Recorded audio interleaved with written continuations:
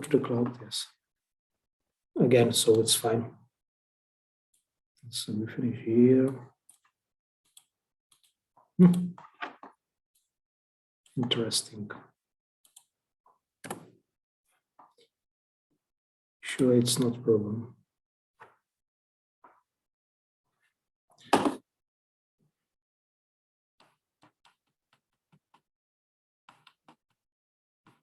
Okay. So preparation we decide. Now we go, let's look on some what indicators it's mean. So these things usually in many projects, they would like to ask you which kind of indicators you will show that you achieve the goals. And you can set up different kind of indicators. In some projects, you can set up a minimum indicators you can achieve. But what are indicators? It's usually realistic and measurable criteria of project progress. So they should be defined before the project starts, of course, and allow us to monitor or evaluate whether a project does what it said it would do. Of course, sometimes you can change small in the project, some kind of indicator. It depends how the donor is, let's say, tolerant. But usually some change, and also it's possible to discuss some changes with the donor during the projects. For some of them, of course, you need to, especially in Erasmus Plus, you need to ask them for some changes. Some small changes you need just to inform them. For bigger, you need some official, let's say, letter write. So in project planning, indicators form the link between theory and practice. So what you would like to achieve in theory, and indicators show if you really achieve in the practice. An indicator is a tool to help, which can help you to know whether your work is making a difference.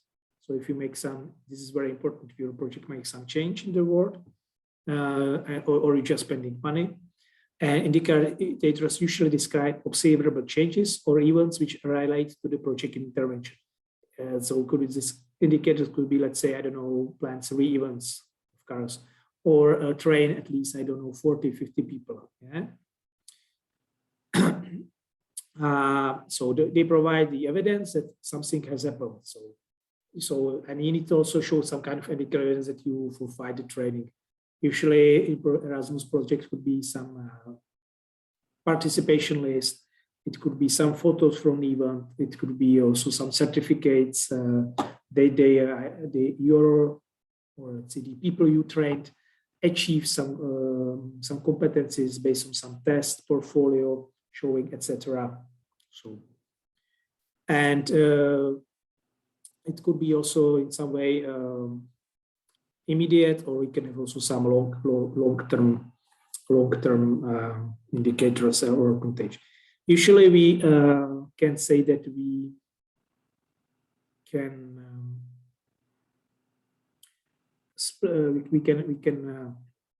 have 2 kinds of indicators. One is quantitative indicators.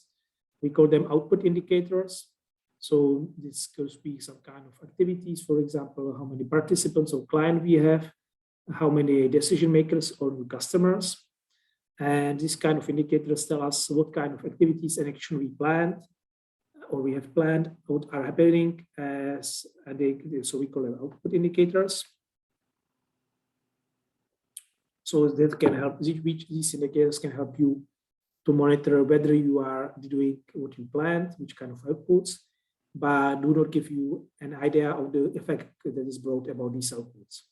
So you can train these people, but doesn't make any effect. This is focused on the qualitative indicators, which I will speak a little later.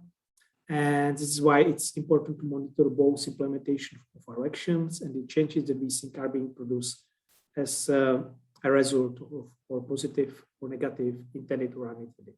And usually there are performance indicators focusing on this kind of quality. This is the outcomes of the projects. And this answering the questions give you information what kind of change your project do. So that could be some example short-term, some kind of learning. Based on the learning could be some actions, and you can change some condition, which could be social, economic, etc. So So this give you information about these things. You can have these two kind of indicators. On the other way, we have to be careful which kind of terminology is used in the projects, because different kind of projects can use little different kind of terminology. Sorry, no projects and program for grants. So maybe what is called outputs in some projects, it could be outcome in others. So it could be a little, you have to be, let's say, careful with these things. So now let's go to the partners again. So I guess usually just some small iteration, but I think iteration is important things in learning. So for us, it's very important to know why you're choosing these partners, specifically these partners, what they can contribute to the projects, what will be their role, what will be experience. I was speaking about that, but let's say just makes short resume. Who will be work package leader or intellectual output leader? Why? You have different kind of organization. For example, you have organization which is focusing on learning, training, an organization which focusing, I don't know, US NGO on some civic rights. So you will use this for learning activity, will be a learning leader, maybe some, let's say, I don't know, Polish organization focusing on adult learning. You will take care about management, and they would like to maybe some, for example, develop some mobile application, and you will invite somebody from consortium to consortium, somebody from, let's say, from Greece. Yeah. So this is very important to decide. Another thing is budget. So how much the partners cost. Especially, you need to take in international projects, you need to take in considerations that donors looks usually on the local salaries. So you as a partner or leader from Ukraine, your manager should not have salary, I don't know, 2,000 euro.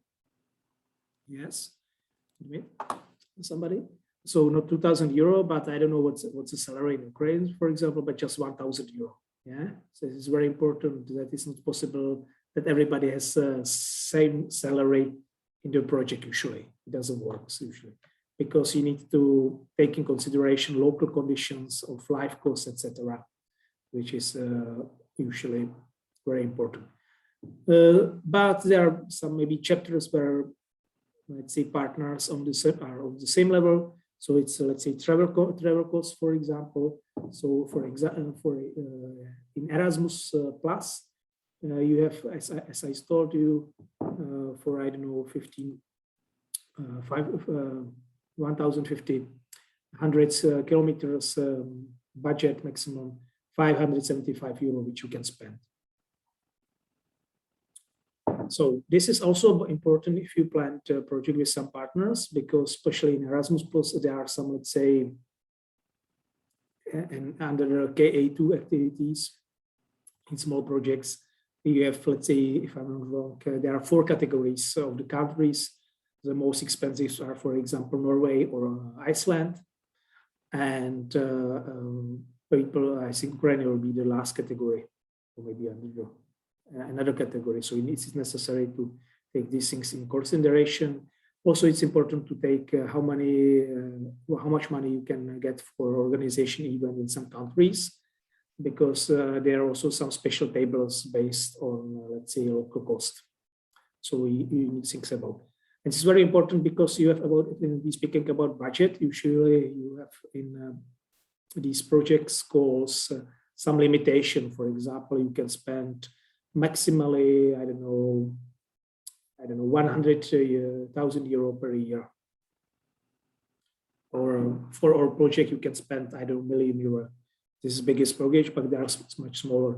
So you need to take consideration if you will, for example, especially it's very challenging for partners. I don't know if you take person for Iceland or Norway, they are more expensive, and they can do for this money less work, for example, less working days. So this is must be considered. Very important could be also geographical locations, especially in Erasmus Plus. evaluators like country from different environments. And on other hand, in Visegrad Fund, usually you have rules that you have at least 2 countries or 3 countries from Visegrad country, which is Hungary, Czechia, Slovakia, and Poland, plus maybe 1 partner from other country, which is usually Ukraine. So you need to think about it. And again, as I told you about the structure, if they are eligible. Some projects, like for example, Horizon, support, let's say, diversity of different kind of partners. So it's good if you have some partners from NGO, from maybe university or vet school sector, and somebody from some small or medium enterprises. So this is very things which you need to consider at the beginning of the projects, and not just choosing somebody who you know that it's. So it's good to, of course, it's better if you know this partner and you have some personal relationship. Is the best thing what you can do, but you need to consider if your partner fits to these proposals. This is just like I would like to just underline. Okay, and budget. Very important is to think about reasonability of the cost, and this is. Yeah, maybe I would like to just go back. Just 1, 2 things back. I forget on these slides about the empathy. It's also important from 2 things. You have to be empathetic of, let's say, different with partners. You need to take consideration if you do international projects that partners have maybe different kind of cultures, different kind of communication, and different time zones, which we have now, for example. So it's very important if you plan some meeting to be really, let's say, precise and clear in communication to discuss what time is in which country and which country have holidays, etc. So we need to take in consideration these things. And empathy is also important, that you should try or look on your projects from the perspective of evaluators. So maybe you can ask somebody, some expert or somebody who is close to you that will read it, the project application after you, if you have time. So somebody who's not so involved, because we have this experience. What you think it's idealistic is just from your perspective, but if you have more perspective, especially it's good if your partners can look at on that, they can give you some kind of feedback. So this is a very important issue which I would like to just mention. Things also from different kind of angle. Try to look at that. So let's go to budget. So reasonable cost. Budget structure is very important to decide which money I can put to which chapter, budget chapter, because you usually have some kind of chapters which is, let's say, created by donor mostly. And there are usually some rules. So, for example, you cannot use more than, I don't know, 20% for extraordinary cost as an extraordinary cost. We can mean, for example, external services or for invoices, buying some equipment like computers, cameras, etc. So this could be to take in consideration. There could be some limitations that are only eligible. These costs may be from 75%, for example, in Erasmus Plus. This is very important. Or there is also usually there are some rules about some indirect costs. Yeah, as an indirect cost, I already spoke about it. It's usually these things which you need to. Well, the things for which you don't need any invoices or any proof, yeah, because usually in the project you need 2 things. Usually donors would like to know for which cost you spend the money, so that you not buy, I don't know, new Mercedes for that for yourself, or you didn't use this money for your dacha, yeah? Just as you metaphorically said. Yeah? So this is very important that you can give them some kind of proof. Depends how much details the proof must be. This you need to also read it in the program. And but many programs give you opportunity to not giving you proof for everything, because usually donors know that you have some kind of cost, like, I don't know, renting for office, using Zoom, using internet, etc. And it's hard to, let's say, hard to say that you using these things just for your projects. This one. Usually you have also other activities, like daily activities of your NGO organization, etc. Or you have 2-3 projects, so it's not necessary to cover. It could be from a 7%, usually to 20 to 25%, usually not much more. So these things you don't need to show as a proof. Or it could be solved in other issues, that you have some kind of project management, for example, in Erasmus Plus, usually 500 euro per month for leader and 250 euros per partners. From that, you can also pay, I don't know, accounting or secretary, administrative stocks, etc. So this is things which you need to consider also. And last, maybe not more, last very important things are exchange rate. So be careful which exchange rates are counted, and what can also happen, because we have the course usually are not stable. Usually it can happen that you write the projects, and I don't know, euro is for euro you pay, I don't know which time now is the exchange rate for euro, but in Ukraine, but maybe I'll give you for example crown in crowns. So my exchange rate could be, I don't know now, 25 crowns for 1 euro. But you write the project application now, let's say, and we submit it now in September, and you need to waiting if your application will be successful. Sometimes it takes 2-3 months, sometimes half year. So when it's half year, the situation can change. And the Corona is then like just, let's say, 24, 23 crowns. So we'll get less from the projects than you expected for salary. So these things can happen, and then you need to recount it some activities probably. And for reporting, it's also important to know which exchange rate you can use. For instance, European Commission has some websites when you can see the exchange rates. You can use daily rates or monthly. In each program could be a little different. So it's just to have to notice that these things are also can play a role. Okay, let's go. And let's go on other things, which could be harmonogram. Usually, I know that you can use this kind of Gantt chart. This is some kind of project, not plan, but project schedule. This kind of milestones. That could be also some written responsibilities. Usually, it's just Excel file. When you write activity 1, will start this time, will be running from this month to this month. You can use 2 things. One is some year months. I don't know, September, start my project. So it's month 1, and it's go October is month 2, etc. November month 3. So you can plan which kind of activities you will do. It's one thing. And also you should plan some meetings. So usually you can start kickoff meeting first month or second month of the project, ideally, if it's possible. Then you have some online meetings. Recommended is to have it online meetings at least each. Well, from my experience in projects, we have online meetings each 6-8 weeks. There could be also, yeah. I have a question. This is a specific program or Excel?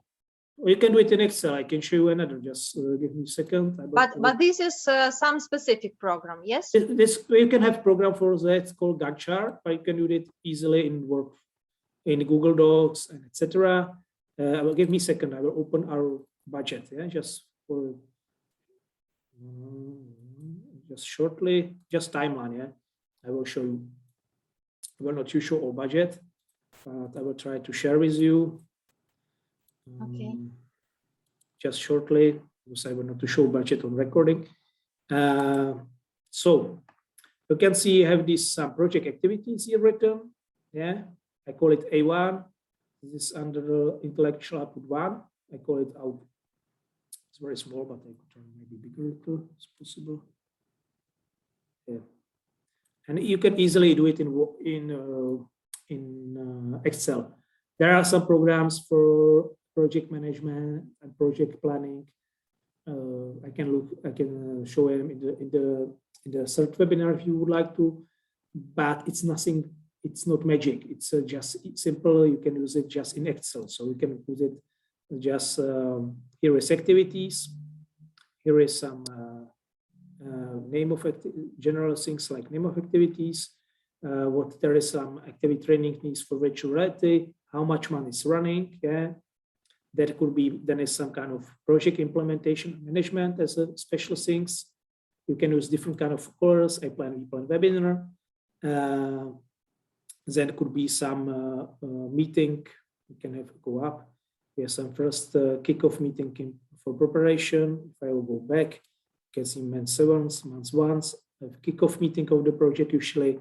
Then I don't know, after half years, it's good to plan it in similar periods. But of course, you need to consider in consideration things like holidays, Christmas things, etc. There is meeting 2, and some other activities if you do some research focus groups, etc. And we have this was run this training, which we did in this project last week. So we can plot it with another call. So this can help you to let's say make a plan how your project will be run. And it's very important. Usually, in many usually it's not special column for that, but you can add it as a attachment to the project proposal. Or some project. This is the budget to the Erasmus project, yes? Yeah. Maybe some short sentences for group, yes? Друзі, коли ми говоримо про проекти Erasmus, в даному випадку ми бачимо приклад бюджету проекту Ерасмусовського, і ви бачите, там є в першій колоночці A1, A2, в Erasmusі є своя специфіка, певна термінологія, і там є так звані робочі пакети, work packages, і в рамках них є activities, або завдання конкретні, так? Робочі пакети, наприклад, пов'язані з управлінням проектом, робочі пакети пов'язані з навчальною програмою чи навчальним курсом. І в рамках кожного цього робочого пакету є активності так звані або завдання. І отут розписані Activity 1, Activity 2, це, власне, завдання 1, завдання 2, так, щоб було більш зрозуміліше, бо ці скорочення такого плану ви зустрінете не у всіх грантових конкурсах, не у всіх документаціях, але в Erasmusі це є специфічна така штука. It's okay, I'm sorry. Yeah, no problem. Just small explanation. In this project, this doesn't call work packages, they call it intellectual outputs. It's a little bit, but generates work packages, but the terminology is just a little different. And each of these activities, you need shortly describe one paragraph what about this. You have each work packages have some kind of smaller phases, which can be also described here. Sometimes the phases can run at the same time. Sometimes can run in different phases, depend how you do it. It doesn't mean that if about, let's say, the schedule or structure that must one activity start or one actual work package and then the second. Sometimes they can go over if it's necessary. It's depends on the logic of your project. So we call it this Gantt chart, and you can find many information about internet. You can put it also something to model about that. If would be, I think maybe could be good. You can try it maybe as a one task to prepare small Gantt chart of your project. Maybe I think would be good to have it some small example. Okay, let's go back to share screen. Just a second. Yeah, we are here. Okay.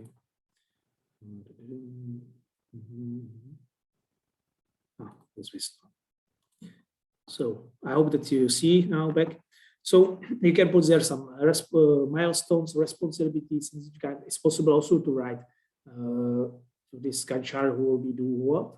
It's more like just in a couple of sentences with some abbreviation. I don't know if you have university from Ukraine, or I don't know, SNAU, for example, Sumy Gagarin University, or Western, so you're right, now is responsible for these activities mainly. It doesn't mean that they do it just themselves. Maybe it could be, you can have small sub-leaders of also for activities where we can develop a distributed work. But it's very important that this kind of Gantt chart. It helps you a lot. It doesn't have to be in all projects. For example, for some knowledge, just planning some conference, usually you don't need it. If I do conference Disco, I don't use it for that. For me, it's not necessary because it's a relatively simple project. But for bigger projects, it's good to have this kind of plan. And also it helps you, if you have no plan, it's hard to understandable for your donor. If you just write it to the project application, we'll do this month, it's you can understand it. But this kind of visual representation make you much easier to understand better, and it's good, very good for orientation to know what you will do in which kind of phase, and especially later when you do all the projects, it also helps you to orient you and your partners in which kind of phase you are just now. These things can in projects sometimes change because. As I told you, projects are not stable. They depend on external conditions. They depend on your partner's condition, which can change. From some reason, somebody can be ill, so he will not deliver the work in time. Or there are some kind of holidays, or the projects partners have more projects. And for example, I don't know, some kind of event which you planned in this original plan, which you should do, for example, I don't know, in October 2020. It's not it's possible because one of your partners is university, they start semester, and nobody has a time for that. So it's better to plan it maybe early in September or later in November. So this kind of change can happen. It's not tragic, it's life, but just be ready for that. That can happen. So this is just shortly about harmonogram and about quality assurance. You can do SWOT analysis, so just focus what could be strength of your progress, weak side of your progress, some opportunities for your project, some let's say risk. So this is possible to do. And important is that quality management of the project does not begin once the proposal is approved. It usually begins when you're starting to writing the proposal. Because when you write, let's say, the procedure, how you will go with projects, how you will run your projects, how will you manage your projects, step by step, some important issues, how will we organize meetings, etc. It really helps you if you write this some kind of, let's say, cookbook very shortly, how you will manage the project. You can avoid many problematic situations. So some basic issues, it's already started the quality service planning, some basic issues which we're discussing now.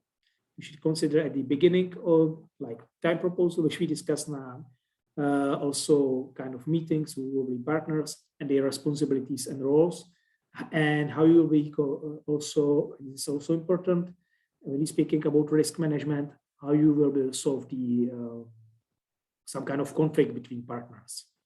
Usually it's good if conflicts or somebody, so let's say if you have, let's say it's two partners, the third one can make you some kind of neutral position, can give you some, help you with negotiation with these projects.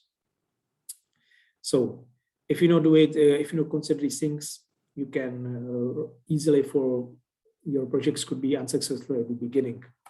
So there are three things in the projects management. First are partners.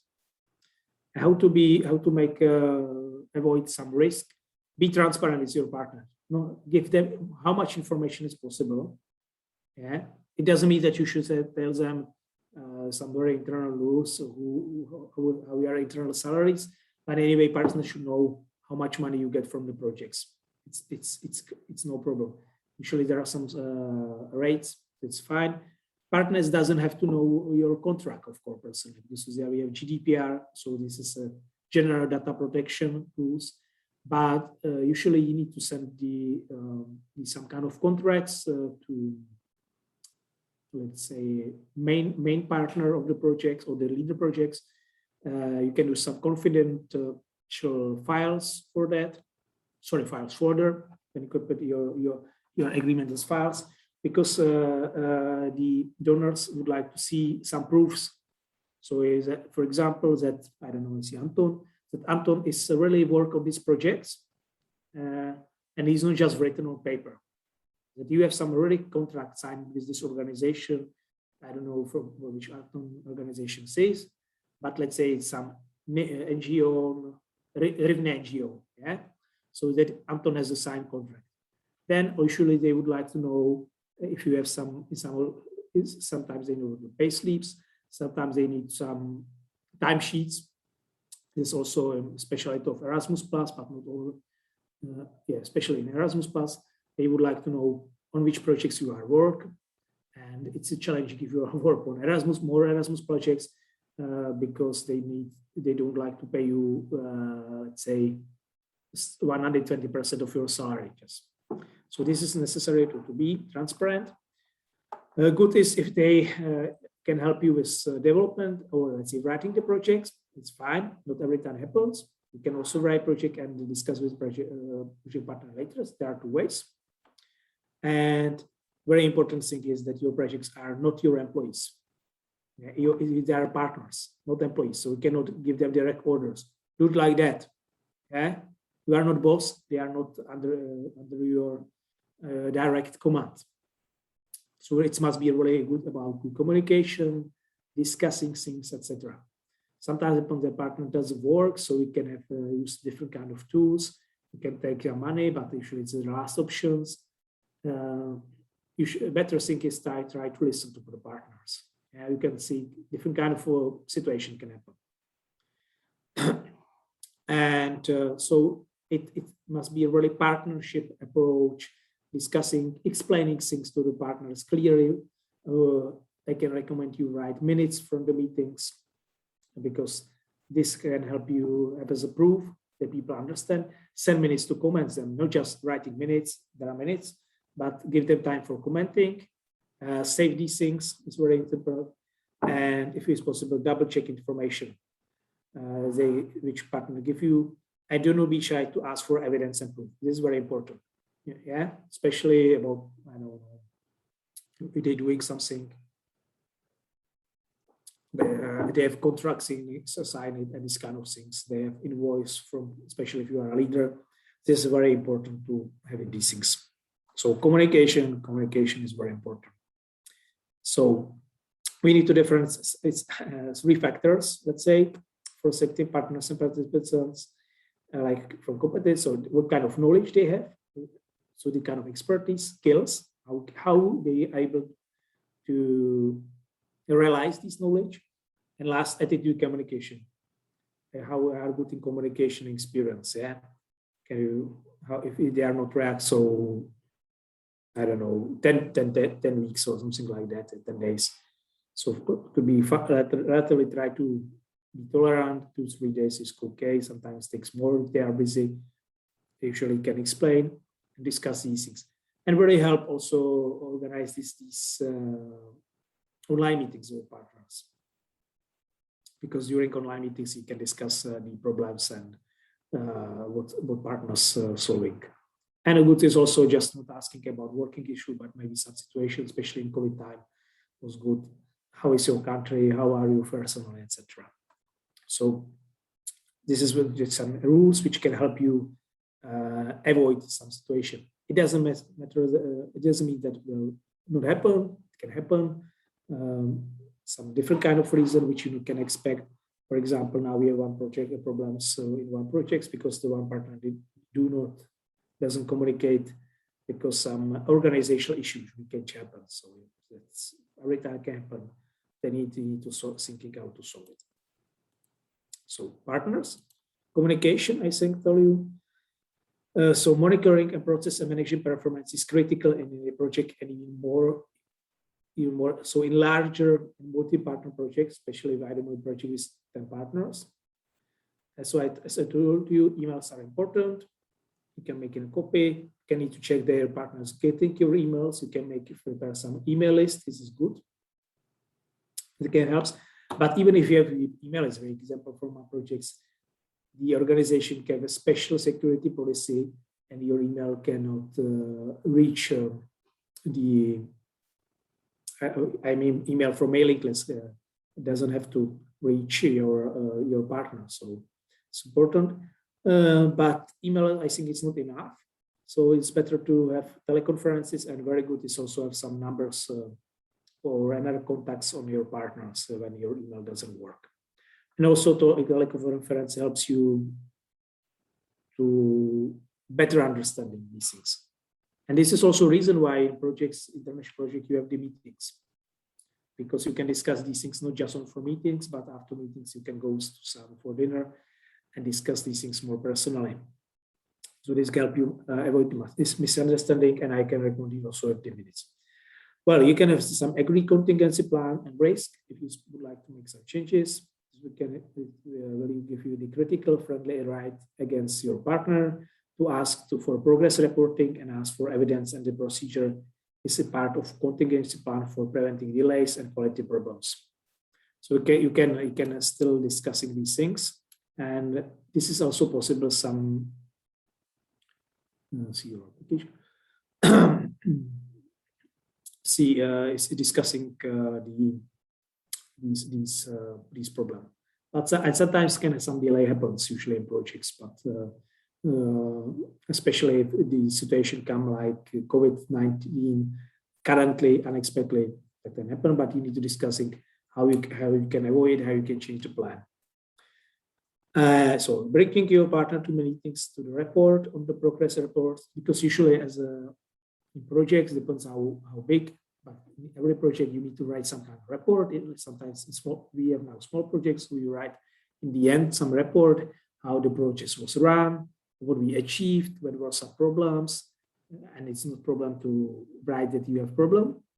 I know that maybe in Eastern European or Central European leadership, they say, "Oh, problems, we will not write it about problems." It's not. Don't do it. Just be open in this area and write what kind of problem you have. It's also helped the donor to, let's say, maybe write the program better. And it could be, let's say, help you to understand why not achieve something. That can happen sometimes. And in some situations, understandable. For example, we have the problem in the projects that we cannot plan meetings face-to-face because of the COVID-19. Absolutely, I understand. The thing is, what we will do with money, what we can do, or we cannot do multiplier event. Multiplier events even when you can invite many people to make a dissemination of your projects. So we cannot do it face-to-face, and we do it online. So the costs were a little different. Agency maybe cannot give us, let's say, for €100 per participant, but maybe 25. But we can reach bigger audience, yeah, because on the internet it's most possible. So, and also you can ask these partners when you write your report as a leader to involve them, because they can do feedback. They can show what you are really reporting and be open with this. This is very important. Well, about the risk.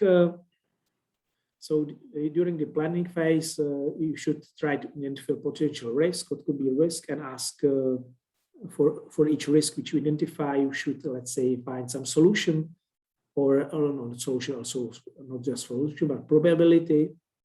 It could be higher risky or small, something very risky. Then you find maybe we need to find another solution.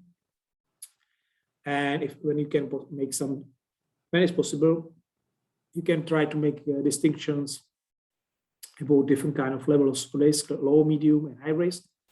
I have also experience from my Czech projects when you need to make, let's say, some, if I'm not wrong, estimation on 10 level scales of the risk. So I need to explain why you, let's say, assess the risk so high or so low.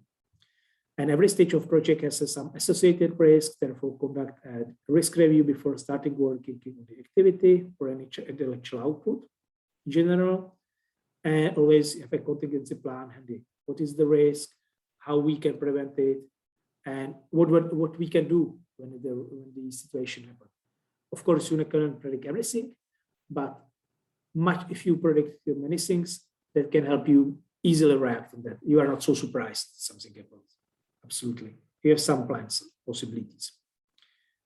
And of course, it's necessary to assess the risk plan during the projects. For example, you have some kind of delay, so you can know that you need to push with your partner work and work harder in some months. So this is the risk. And I go fastly to dissemination, and we will go to then we go slowly to the end. So don't forget, very important is use the proper donor slogan or project number. If you not do it, they will not, let's say that it's kind of eligible dissemination.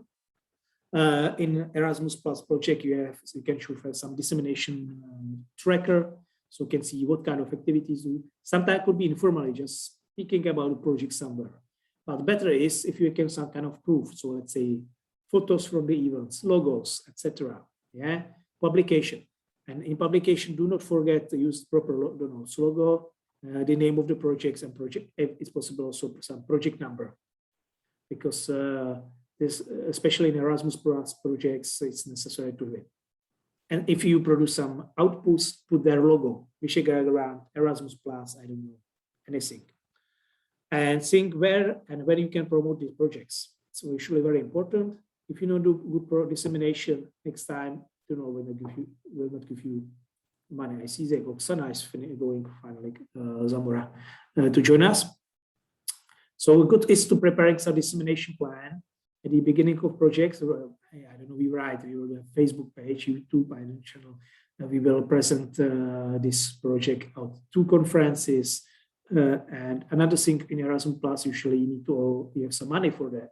They give you money for organizing, they call it multiplier event, a national multiplier event for participants, and some, let's say participants should be target group, something, people who can benefit from the project's outputs or outcome, project output.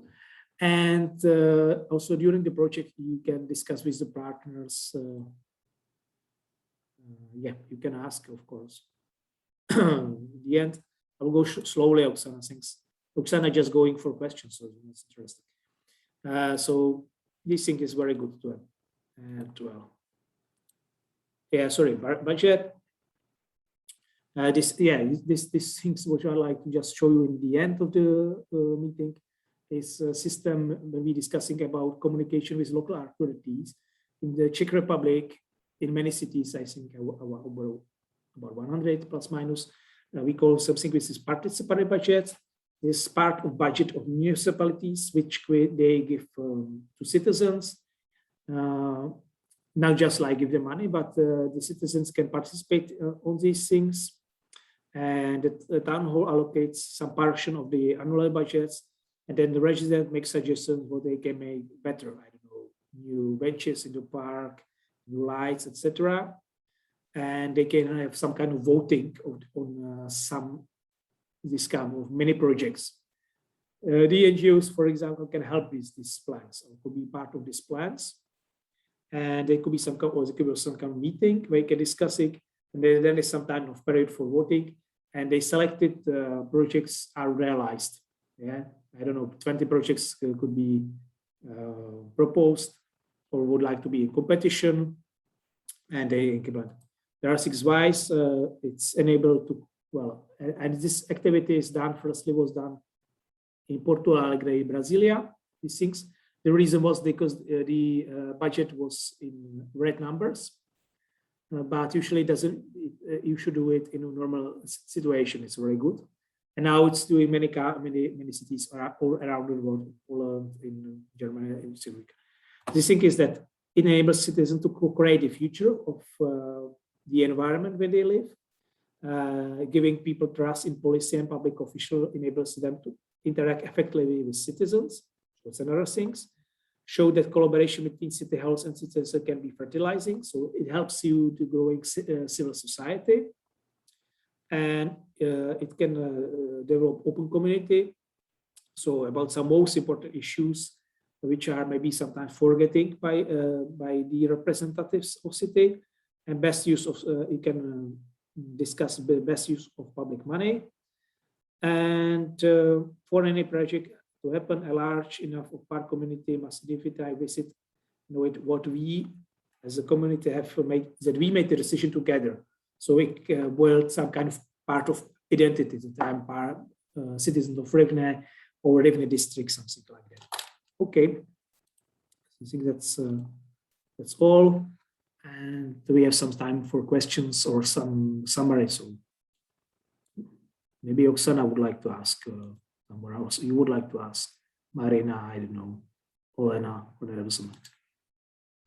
Or maybe Olga. Чи є запитання, шановні учасники? Я буду перекладати, якщо потрібно.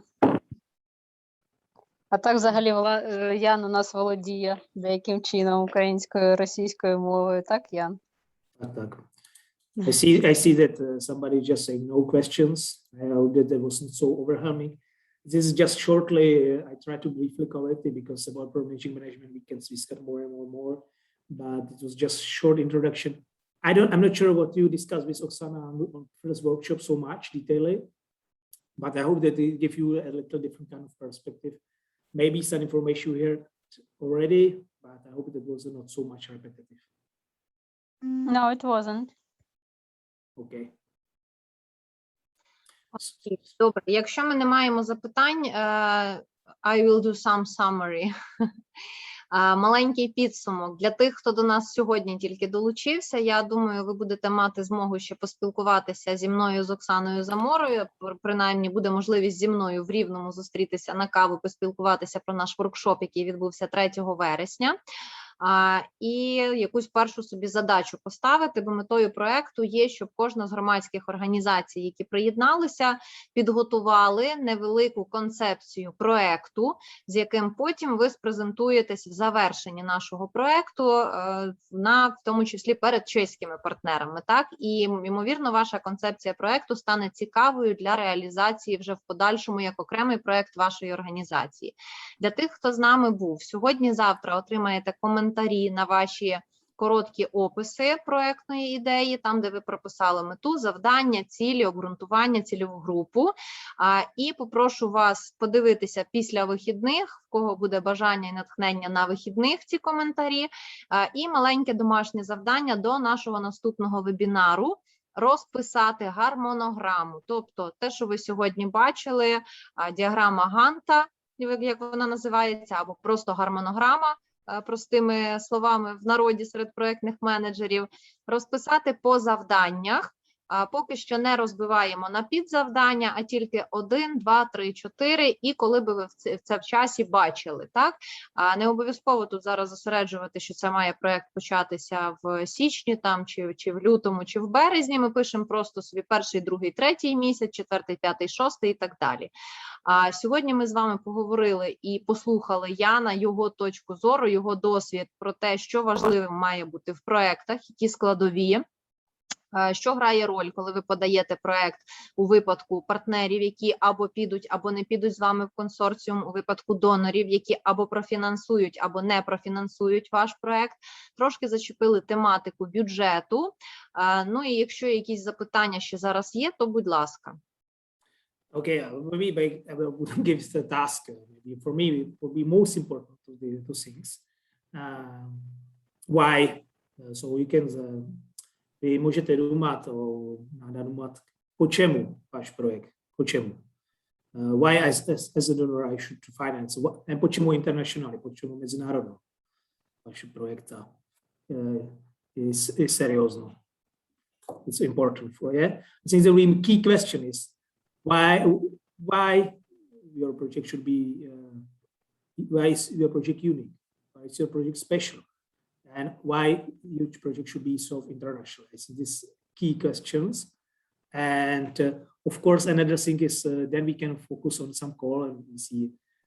Another also strategy is then you can see call and then thinking you need to, let's say, optimize your idea to fit to the project's goals, which we will look next times. Окей. Чи зрозуміло домашнє завдання від Яна? Так, поняли. Супер.